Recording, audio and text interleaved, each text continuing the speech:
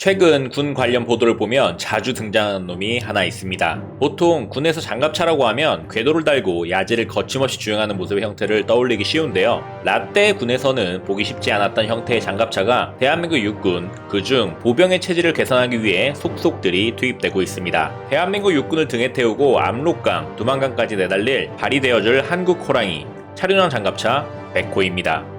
앞에서도 이야기하였듯이 사실 군에서 운용하는 장갑차 혹은 전차에 있어 가장 먼저 생각나는 이미지는 캐터필러를 달고 거침없이 험지를 돌파하는 모습일 겁니다. 저 역시 현역 때는 캐터필러를 달고 있는 MBT나 장갑차의 모습만 봐왔지 차륜형 장갑차는 실제로 본 적이 없죠.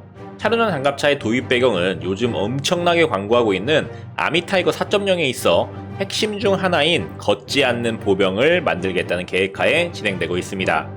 보병이 안 걷는다고? 라는 개념을 지금 5, 60대 우리 예비역 형님들에게 이야기를 하면 야야 그게 보병이야? 으이 라떼는 말이야 하면서 40km 정도는 동네 마실 수준이며 천리행군 정도는 해줘야 훈련 좀 했다는 식의 구라를 13군번의 MZ세대라 불리는 저 역시 보병이 행군을 안 하면 어떻게 해? 라는 생각이 은연중에 드는 것이 사실이지만 이런 기동형 보병의 개념은 미국에서는 6, 70년대부터 도입이 되고 있는 것으로 보병이 걷지 않는다고 하여 전투력이 약해지는 것이 아닌 오히려 전투력과 생존력을 보전하여 적시에 그 전투력을 최대한 발휘하려는 목적이 있습니다. 오히려 이제서야 기동형 보병의 개념을 도입하는 우리나라가 늦은 감이 없지 않아 있는 것이죠. 국군의 차륜형 장갑차라고 하면 도심 지역에서 주로 전투를 하는 수방사에 이탈리아 피아트사에서 제작한 차륜형 장갑차를 제한적으로 사용을 하였으며 이라크전에 투입되었던 자이툰 부대 전술 차량으로 판때기를 덧댄 마이티가 투입된 사실이 알려져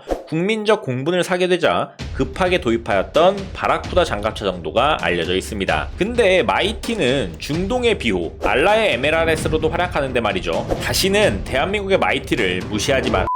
이후 대한민국은 국방개혁과 더불어 날이 갈수록 줄어드는 병력은 물론 그동안 행군 또 행군으로 점철되어 전투에 임하기도 전에 모든 기력을 소진하는 형태의 대한민국 육군의 체질적인 개선을 목적으로 한국형 차륜형 장갑차를 도입할 계획을 세우게 되었고 두산의 블랙폭스, 삼성의 MPV, 현대의 스콜피온이 시제품으로서 이 사업에 입찰하여 최종적으로 현대 로템의 스콜피온이 선정되어 지금의 백호가 탄생하게 된 것이죠. 궤도형과 차륜형은 그 외형에서부터 큰 차이를 보이는 만큼 장단점이 뚜렷했는데 우선 궤도형은 1차 대전 당시 참호를 돌파할 목적으로 도입된 그 존재의 목적만큼 험지를 돌파하는 데 있어 뛰어난 성능을 보입니다. 또한 전장에서 아무래도 새로 만들어진 캐터필러가 방어력에 있어 우수하기 때문에 구동력을 유지하는 데도 유리하죠. 다만 반대로 단가가 비싸고 무거운 무게로 인하여 비교적 고속의 속력을 내기 어려우며 특성상 승차감이 좋지 않기 때문에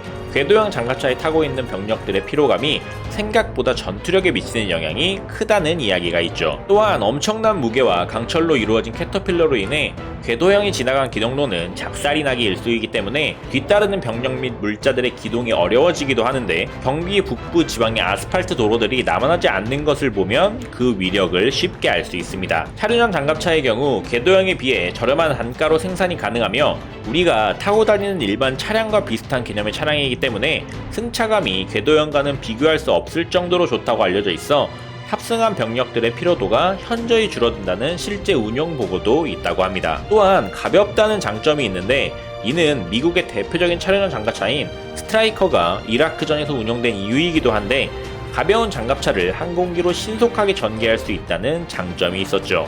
경량화시킨 장갑차를 수송기에 2대나 적재하여 적재적소에 재빠르게 전개할 수 있었는데 이 개념은 우리나라의 이 신속대응 사단에도 적용시킬 수 있는 개념이지 않을까 하는 생각이 들기도 합니다. 다만 바로 이 점이 단점이기도 합니다. 차량이 가볍다는 것은 그만큼 장갑의 두께가 얇다는 것이며 이는 방어력이 떨어진다는 이야기죠. 실제로 스트라이커는 이라크 전쟁에서 수많은 대전차 지뢰와 대전차 미사일에 의해 털려나갔고 이로 인해 전쟁 후반부에는 사용되지 못하였습니다. 또한 아무래도 궤도에 비해서는 구조적인 차이로 인하여 험지 돌파 능력이 떨어지는 것이 사실이긴 하죠. 2018년부터 실전에 배치되고 있는 우리나라의 백호 시리즈는 K808, K806으로 나누어져 있는데 K808의 경우 8x8, 즉 8개의 바퀴를 가지고 있으며 각자의 바퀴가 구동력과 현가 장치를 가지고 있고 타이어 공기압을 노면 상태에 따라 조절할 수 있는 기능이 있음으로써 기존에 운영하던 차륜형 장갑차에 비해 현저히 향상된 야지 기동력을 확보한 것으로 알려져 있습니다. 또한 단점 중 하나인 노출된 타이어가 공격으로 인한 구동력 상실 문제에 있어서는 백호에 장착되어 있는 타이어 자체의 내구성 향상은 물론 피탄으로 인해 공기가 빠져도 일정 속도와 일정 거리를 문제없이 주행할 수 있게 하는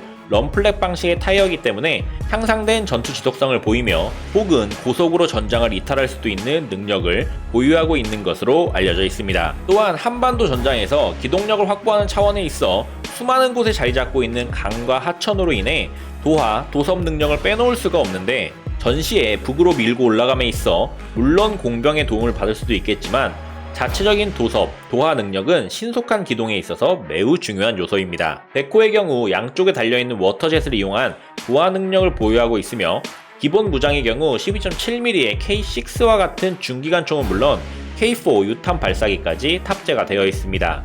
K808 기준 2명의 승무원과 10명의 보병이 탑승하게 되는데 실전에서 전장까지 먼 거리를 행군이 아닌 장갑차로 이동하여 전투력이 빵빵하게 보존된 병력들이 쏟아져 나오고 차량에서는 빗발치는 기관총과 수류탄을 총처럼 쏴제끼는 K4 유탄 발사기까지 쏟아지는 기관총탄과 유탄들로 초토화되는 적군의 모습들이 그려지죠. 바퀴가 6개 달린 K806은 우리나라 후방에 위치하는 향토사단의 기동대나 해군, 공군 기지들을 방어하는 데 쓰이는데 K808에 비해 장갑이 다소 얇아지며 휴전선을 넘는 용도가 아니기 때문에 도하가 가능한 워터제트와 타이어 공기압 조절 기능 등을 제거하여 무게와 단가를 낮추었으며 주로 후방, 내륙 방어에 쓰이는 소프트한 개념의 장갑차로 투입되어 있습니다. 후방 지역은 물론 특히 공군 기지에 차륜형 장갑차가 반드시 필요한 이유는 물론 기동성인데 병력에 비해 방어 지역이 넓은 향토사단의 경우 후방으로 침투할 수 있는 적의 게릴라, 경보병 부대에 대비하여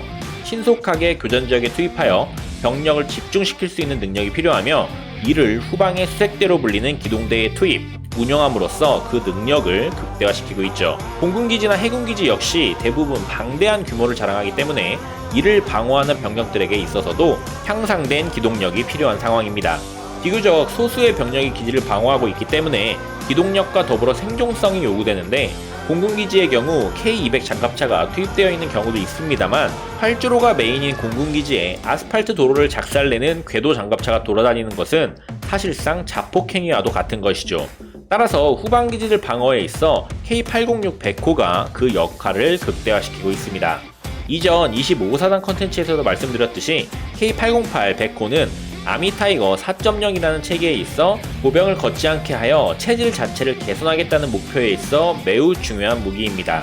앞으로 최소 600대가량의 백호가 전후방을 가리지 않고 도입될 것으로 예정이 되어 있는데 유사시 수많은 MBT와 K21 장갑차, 자주포로 이끌고 튀어나가는 기계화 사단을 따라 힘겹게 행군하여 따라붙는 보병 사단의 모습이 아닌 수많은 전방 사단들이 일제히 백호를 타고 전장에 투입되어 기계화 사단의 궤도 차량들과 함께 달려나가는 모습을 상상하는 것만으로도 가슴이 웅장해지며 국뽕이 차오르기도 합니다. 하지만 앞선 이라크 전쟁은 물론 현재 벌어지고 있는 우크라이나 전쟁에서도 MBT와 장갑차들이 대전차 화기들의 활약에 의해 맥없이 털리는 모습을 보면서 아무리 우리나라 국군이 국방개혁과 아미타이거를 도입함에 있어 기동력에 중점을 두고 있고 백호가 이를 대표하는 무기라고 하지만 방어력에 있어서만큼은 양보해서는 안 되는 중요한 요소라고 생각합니다. 과거 강릉에 침투한 무장공비들도 RPG-7을 보유하고 있던 것을 보면 아무리 후방에 배치된다고 하는 K806일지라도 대전차 화기에 대해 자유롭다고 할 수는 없는 것이죠.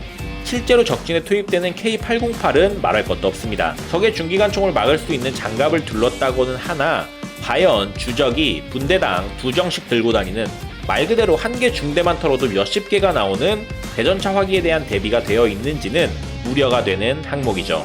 치장물자로 창고에 쌓여 있는지는 모르겠지만 최소한 슬랫 아머라도 장착하는 것이 전술적인 개념에 있어 필요한 요소라고 생각합니다. 모든 상황에 완벽하게 대처할 수 있는 무기는 없을 것입니다만 최대한 우리 용사들의 생존성을 보장해줄 수 있는 무기가 되길 바라며 그런 일이 있어서는 안 되겠지만 주적을 힘으로 굴복시켜야 하는 때가 온다면 백호가 휴전선을 넘어 대동강을 도하하고 압록강과 두만강에서 타이어에 늘러붙은 진흙을 씻어내는 날이 오길 기대하며 오늘의 영상은 여기까지였습니다.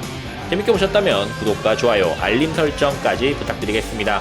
감사합니다. 오대기였습니다. 진군!